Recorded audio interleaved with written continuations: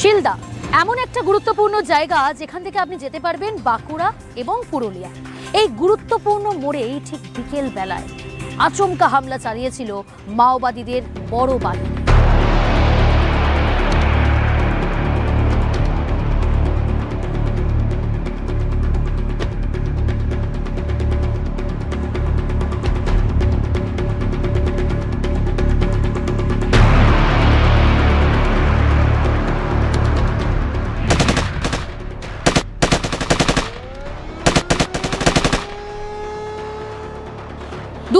সালের 15ই ফেব্রুয়ারি এখনো শিলদা প্রাথমিক স্বাস্থ্যকেন্দ্রের দেওয়ালে গুলির দাগগুলো স্পষ্ট।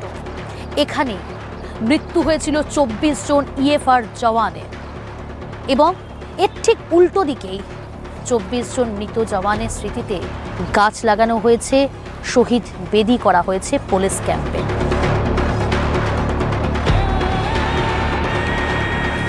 শিলদাতে 24 জন ইএফআর জওয়ানের যেমন মৃত্যু হয়েছিল, একই সঙ্গে 5 জন মাওবাদীর মৃত্যু হয়েছিল।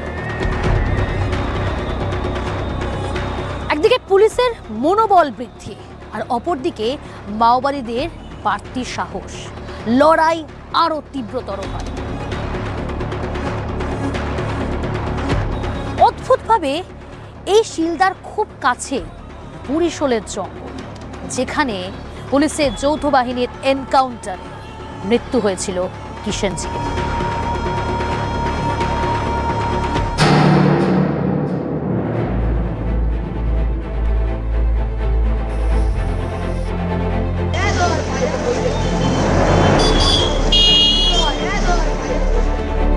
একসময় শিলদা মানেই মাওবাদী আতঙ্ক, রক্তক্ষয়ী সংঘর্ষ। পরিবর্তনের পর কতটা শান্ত হয়েছে এই শিলদা? এটা তো অবশ্যই 100% নিশ্চিত, এবং আমরা দেখতে পাচ্ছি বাস্তবে যে এক সময় যেটা শিলদা মানে বেলপাহাড়ি, এটা জঙ্গলমহল বলে, সেই জঙ্গলমহলে যে অশান্ত পরিবেশ ছিল তদানীন্তন বাম সরকারের জামানায়, এরকম জঙ্গলমহলও এক সময় আগুন জ্বলতো, মানুষকে খুন হতে হতো।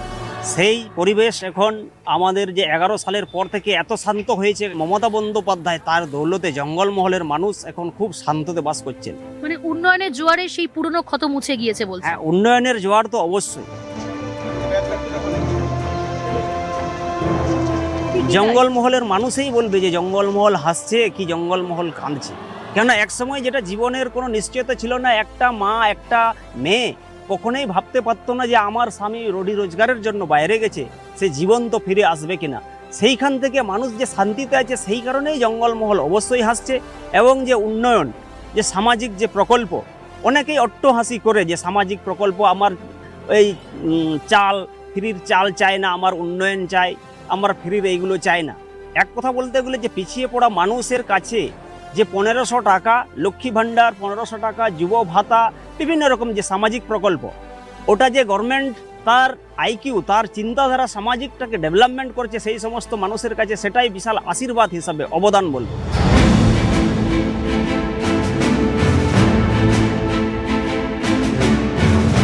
জঙ্গলমহল হাসছে এই কথাটা সার্বজনীনভাবে একবারে মিথ্যা।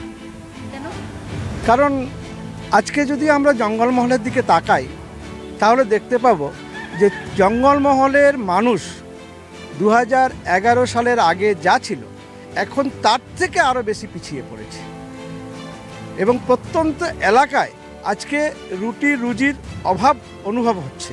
জঙ্গলমহলের কোনো বধূ তার স্বামীকে পাশে পাচ্ছে না, সে যাচ্ছে রাজস্থানে, তাহলে জঙ্গলমহল হাসছে। মাওবাদী মুক্ত হয়েছে তো এই ঝাড়গ্রাম, যেখানে এই শিলদা, যেখানে এত বড় ঘটনা ঘটে গেল, যেখানে মাওবাদী আতঙ্ক গ্রাস করেছিল, সাধারণ মানুষরা, স্থানীয়রা বেরোতে ভয় পেতেন, সেই মাওবাদী মুক্ত হয়েছে। তৃণমূল মুখোশ পরে এখানে মাওবাদীর নামে জনগণের কাছে অত্যাচার চালিয়েছে। জনগণের মধ্যে ভীত প্রদর্শন করে সরকারে এসে তারা প্রত্যেকে তৃণমূলের লিডার হয়ে গিয়ে এখন নিজেরা কাটমানির জন্য সুন্দরভাবে তাদের সংসার চালাচ্ছে। দেশে অশান্তিও নেই, মাওবাদীও নেই, কারণ মাওবাদীরা তো তৃণমূলে রূপান্তরিত হয়ে গেছে।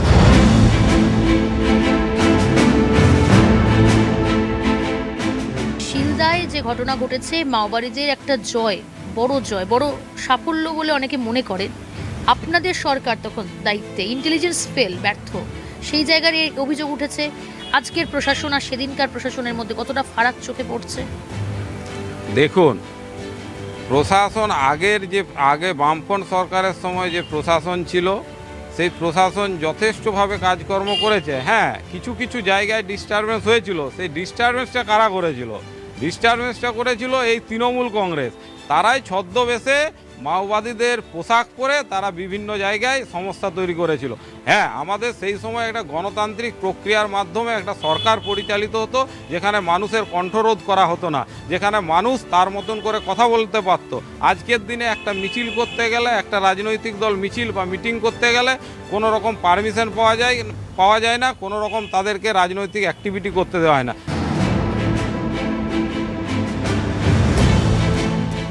দাদা, লালগড় হোক, শিলদা হোক, নেতাই হোক, অশান্ত এই সমস্ত সময়গুলো পেরিয়ে পরিবর্তন এসেছে। দেখুন, আমি জঙ্গলমহলের মানুষ, আমি ওই সময়টা লক্ষ্য করেছি। আমরা এখন অনেক শান্তিতে এবং নিরাপদে আছি। আমার বাবা ব্যবসার তাগিদে তখন বাইরে যেত, মায়ের একটা ভয় থাকতো যে বাড়ি ফিরবে কিনা, কিন্তু সেই সমস্যাটা এখন নেই। যা চকচকে রাস্তা হয়েছে, জঙ্গলমহলে উন্নয়ন হয়েছে। আর জঙ্গলমহলে এখানে মানে কে কি পার্টি করছে বা কি রাজনীতি করছে কেউ কিছু নেই, সমস্ত মানুষ সমস্ত সরকারি সুযোগ সুবিধা পাচ্ছে।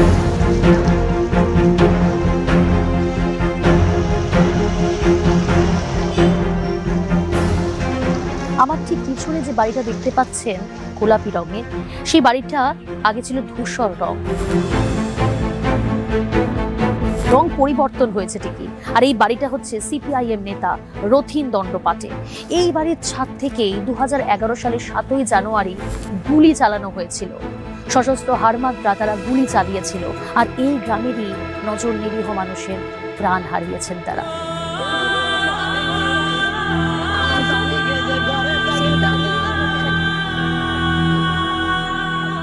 2011 সালের 7ই জানুয়ারি সকাল থেকে জমায়েত হওয়া শুরু হয়েছে। ঠিক কখন থেকে এই ঘটনা ঘটেছিল?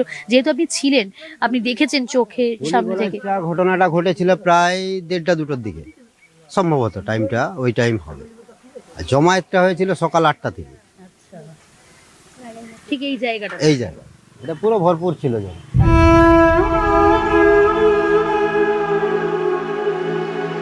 এই দিনের যে ঘটনা এখনো ভোলা যাবে না। আপনি কি তখন এখানেই ছিলেন? এখানেই ছিল। আচ্ছা, কি মানে বুঝতেই পারি না আমরা, তো গুলিগোলাজ হবে বলে কেউ কোনো পাবলিকেই বুঝতে পারে। আচ্ছা, জমায়েত হতে বলছে, আলোচনা হবে, এই পর্যন্ত আর আচ্ছা, আচমকা গুলিগোলাজ। আচমকা নির্বিচারে নজন একদম এই গ্রামেরই তারা এই বাসিন্দা। এবং মেয়ে ছিল সাথে, ছেলে বাচ্চা কোলে আছে, তারাও মারা গেছে সেই অবস্থা। আচ্ছা, এখানে পরিবর্তন কিছু হয়েছে, মানে উন্নয়ন, মানে আপনাদের কি মনে হচ্ছে সেই উন্নয়ন বা পরিবর্তন? উন্নয়ন হয়েছে, না হওয়া না। ঘটনার পরে গ্রামে প্রচুর উন্নয়ন।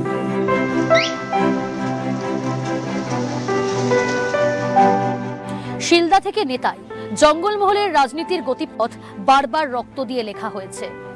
লালগড় কিংবা নেতাইয়ে মাওবাদীদের পরাজয়, আর শিলদায় বড় জয় মাওবাদীদের, সাহস জুগিয়েছিল মাওবাদীদের। কিন্তু নেতাইতে সেখানে শেষ পেরেকটা পোতা হয়েছিল মাওবাদীদের।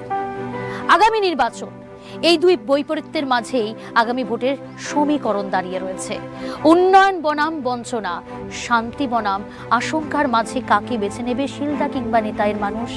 ভোট বাক্সেই তার উত্তর মিলবে।